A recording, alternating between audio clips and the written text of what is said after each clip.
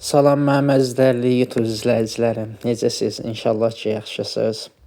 Uzun müddətdir, 4-5 aydır paylaşım eləmirdim. Bugün sizlər üçün maraqlı olar məncə sona kimi baxsaz.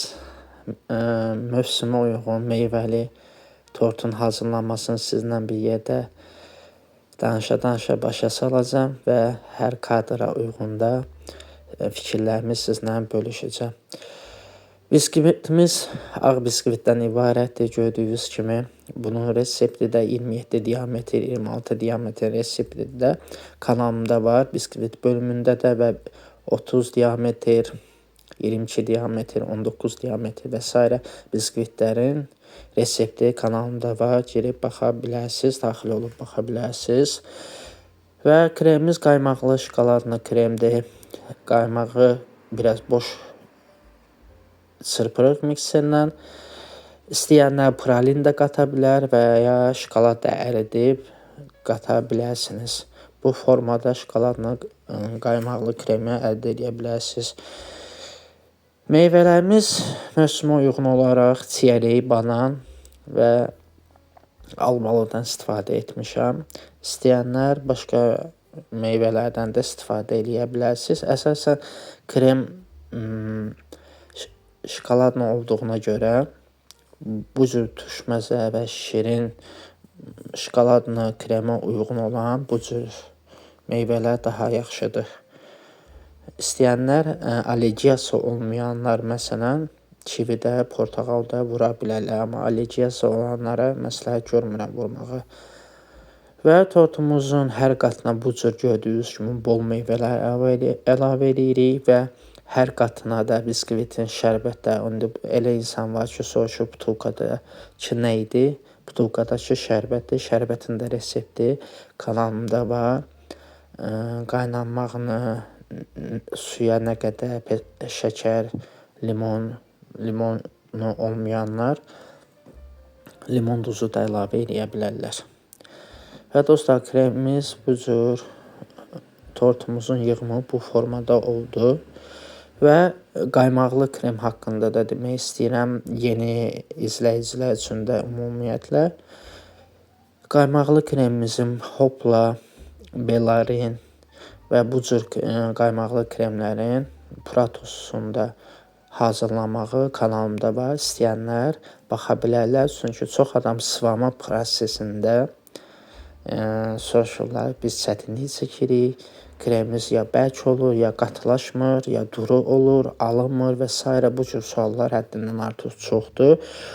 O cür insanlara, o cür problem yaşayan insanlara məsləhətim odur ki, YouTube bu kanalımda hələ qaymaqlı kremlərin, hər adını çəkdiyim qaymaqlı kremlərin hazırlanmasını danışaraq başa salmışam. Sadəcə baxanda istənilən bütün videolarıma hamıdan çox xahişim odur ki, sürətləndirib tez-tez, məsələn, səbri olmayanlar, məsələn, X2-lə, 1.5-lə baxsın.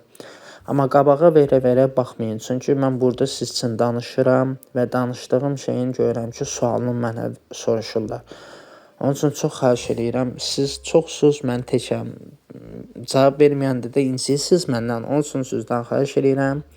Baxanda qabağa vermədən sesli şəkildə baxın ki, mən bacardığım qədər, yəni sizlər üçün geniş başa salmağa çalışıram ki, sual olmasın. Bəzən olur, yadımdan çıxır, cavab verə bilmirəm, söz aparır ona görə. Və tortumuzun qırağı, gəlin sizə bir də belə bir sir açım. Məsələn, mən qırağına axma şokolad eləmək istəyirdim. Şokoladla sozum isti olduğundan mən tələsdiyim üçün axmam çox axdı, həddindən artıq duru idi. Yəni tortun kant hissələrindən qıraqdan da görürsünüz ki, yəni ki, o qədər axıb ki, ağ idi. Tortumuz məsəl üçün indi biraz peşəkar, yəni yeni başlayan insan olsaydı özünü itirəcəkdi. Ay, mən bunu korladım. O hələ şeydə heç vaxt qorxmuyor. Məsəl üçün belə bir başvursa, haçansa iş gəlsə də mənim kimi o darağı götürün, tort darağına, qırağına sadəcə sürtün, bu cür naxışla eləyin qırağına. Yəni hər vəziyyətdən çıxmaq olur.